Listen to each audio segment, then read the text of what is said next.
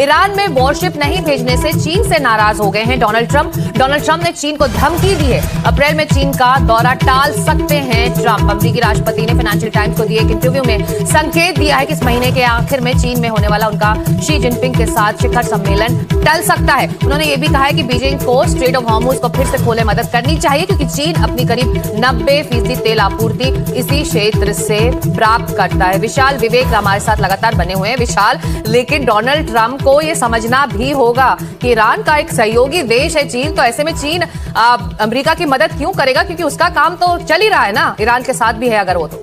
जी, और दोनों के दोस्ती की बात की जाए जो चीन और ईरान है, तो 90% जो तेल जो ईरान निर्यात करता है वो ऑलमोस्ट 90% जो है वो चीन को जाता है। तो चीन जो है एक बहुत बड़ा पार्टनर है ईरान का, तो वो इस मौके पर ईरान का ही सपोर्ट करेगा, पीछे से करेगा बट सपोर्ट करेगा। ईरान जो चीन है वो किसी भी कॉन्फ्लिक्ट में अभी अपने आप को इन्वॉल्व नहीं करेगा, काफ़ी एक्सपर्ट्स बता रहे हैं। बट जहाँ तक यूएस के सपोर्ट की बात है वो तो बिल्कुल ही अनलाइकली है, बिल्कुल ही संभावना उसकी नहीं लगती है, चाहे वो कितना भी प्रेशर बना दे। और शी जिनपिंग जो है वो यूएस के सामने प्रेशर में अभी आने का उनका संभावना बिल्कुल भी नहीं लगता है, क्योंकि जो एक माहौल बना हुआ है फॉरेन पॉलिसी में, उसमें चीन का पलड़ा जो है वो यूएस के ऊपर भारी दिखता हुआ पिछले कुछ हफ्तों से लग रहा है, क्योंकि काफ़ी सारे जो यूएस के एलाइज हैं, जो दोस्त हैं, मित्र देश हैं, वो तो शी जिनपिंग से मिलने के लिए लाइन लगाए हुए। कम से कम 3 से 4 जो बड़े लीडर्स हैं यूरोप के, वो शी जिनपिंग से मिले हैं पिछले 1-2 महीने में। तो चीन का तो पलड़ा इस पूरे माहौल में भारी है, उसका जो आयात निर्यात की संभावना है वो बढ़ने की संभावना है, तो उस पर प्रेशर डालना काफ़ी मुश्किल होगा।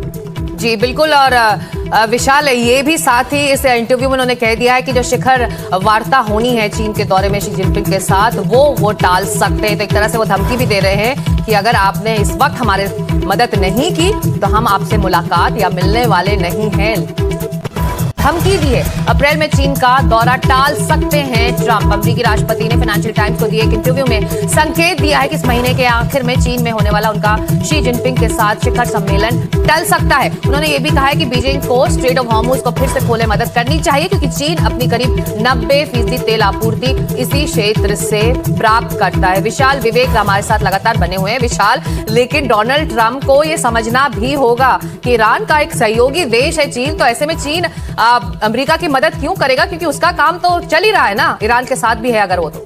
जी, और दोनों के दोस्ती की बात की जाए जो चीन और ईरान है, तो 90% जो तेल जो ईरान निर्यात करता है वो ऑलमोस्ट 90% जो है वो चीन को जाता है। तो चीन जो है एक बहुत बड़ा पार्टनर है ईरान का, तो वो इस मौके पर ईरान का ही सपोर्ट करेगा, पीछे से करेगा बट सपोर्ट करेगा। ईरान जो चीन है वो किसी भी कॉन्फ्लिक्ट में अभी अपने आप को इन्वॉल्व नहीं करेगा, काफ़ी एक्सपर्ट्स बता रहे हैं। बट जहाँ तक यूएस के सपोर्ट की बात है वो तो बिल्कुल ही अनलाइकली है, बिल्कुल ही संभावना उसकी नहीं लगती है, चाहे वो कितना भी प्रेशर बना दे।